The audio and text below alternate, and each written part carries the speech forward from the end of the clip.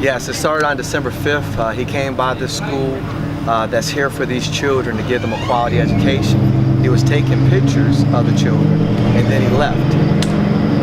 On December 6th, he came back. He made it known that he did not like those black children being out here. He also made it known that he wanted to kill them. The authorities were called, JSO responded. They detained him and then transferred him to MHRC on Beach Boulevard. Within 24 hours, Mr. Studley was released. That is an atrocity, and it's got to stop. According to Edmund Burke, the only thing necessary for evil to prevail is for good men to do nothing. And something's got to stop, and something's got to change. What do you think should be done? Well, when we look at this community right here in 32206, it typically leads the city in crime, it leads the city in violence, and so many other systemic pathologies. What needs to be changed is that we need enforcement. The state ordinance as well as the local ordinance for a sexual offender / predator is that 2,500 feet to 1,000 feet from a local area that children congregate. This individual lives 105 feet from this school. That has to, our authorities have to do their job. But it's impossible for you to be committed to a community if you don't care about it. And that's why I want to represent this district, to help bring about the change that's necessary. I understand that mental illness is real, and it does plague this community. However, so was Columbine, so was Sandy Hook, so was Parkland.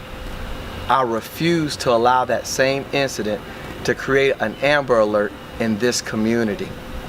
So once again, we have to enforce the ordinances that have already been established. We got to generate awareness, and we can prevent this from being hostile if we take the necessary actions. This school has been in the community for over 10 years.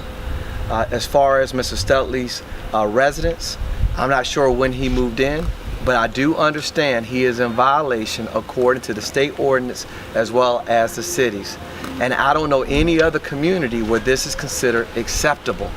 One daughter has already been victimized. One daughter has already been violated. One daughter has already been molested. And that's one child too many. And I'm not saying that daughter or his daughter, because all children are our children. And all of our children deserve to be protected. Right. What can be done? I'm going back to awareness, number one. And then number two is enforcement. I'm not asking for our local legislators to do something new. I'm just asking them to do what's already on paper. If we enforce the laws, we enforce the ordinances, which is why we trusted you.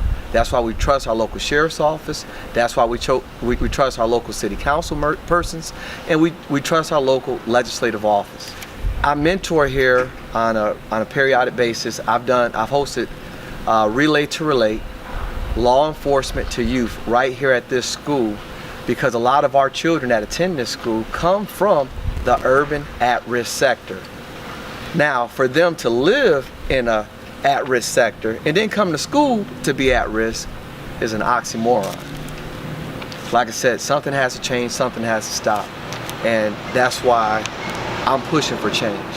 My petition is that our local leaders, as well as our local law enforcement, we work together, because this incident, had I not made the public aware, could have gone unaddressed and one of our babies would stop breathing.